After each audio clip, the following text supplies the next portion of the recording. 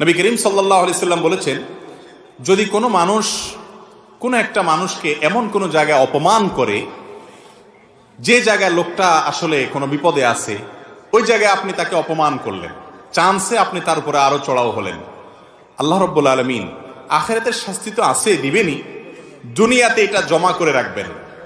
এবং আপনি এমন কোন জায়গা যে জায়গায় আপনার প্রেস্টিজ ইস্যু হয়ে দাঁড়াবে, আপনি চাবেন যে সেখানে আপনাকে কেউ হেল্প করুক, কিন্তু সেই জায়গায় আল্লাহ তাআলা অন্য কাউকে দিয়ে আপনাকে অপমান করাবেন, রেহাই নেই।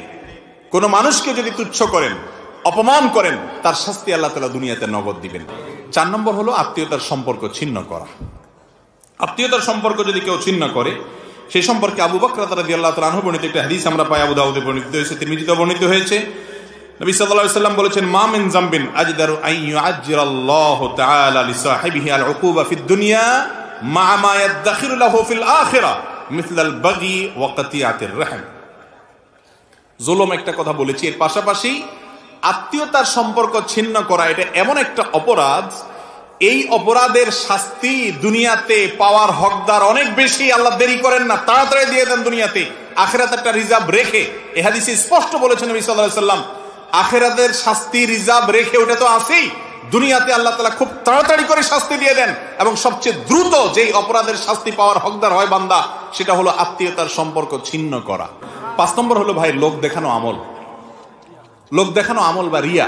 নবী করিম সাল্লাল্লাহু আলাইহি ওয়াসাল্লাম বলেছেন, কেউ যদি কোনো ভালো কাজ করে মানুষকে দেখানোর জন্য, এখন তো এমন একটা সময় আসছে, ফেসবুকের যুগ, সুবহানাল্লাহ, চুল পরিমাণ কোনো ভালো কাজ করব আর ফেসবুকে পোস্ট হবে না, এটা তো কোনোদিনই হতে পারে না।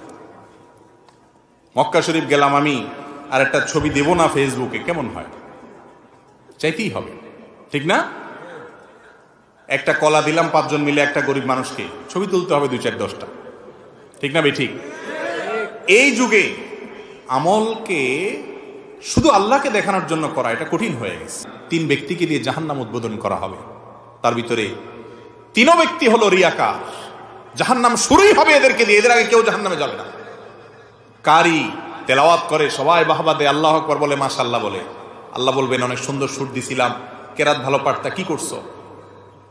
বলবে আল্লাহ তোমার কালাম তেলাওয়াত করে আসছে, আল্লাহ বলবেন বুঝছি, বাহবা পাওয়ার জন্য করছো, লাইক কমেন্ট বাহবার সব পাইছো, জাহান্নামে যাও। আলেম সাহেব কি করে আসছো? হ্যাঁ আল্লাহ এই যে এত ওয়াজ নসিহত করছে, এত কিছু করছে। আল্লাহ বলবেন কি জন্য করছো আমি জানি, যে জন্য করছো সেটা হয়ে গেছে, জাহান্নামে যাও খালি হাত। মুজাহিদ জিহাদ করে আসছো, কি করে আসছো? আল্লাহ জীবন দিয়ে দিছি আপনার জন্য, জীবন আমার জন্য দাও নাই, বীর বাহাদুর এটা সেটা পাবা, সেজন্য সেগুলো পেয়ে গেছো, জাহান্নামে যাও।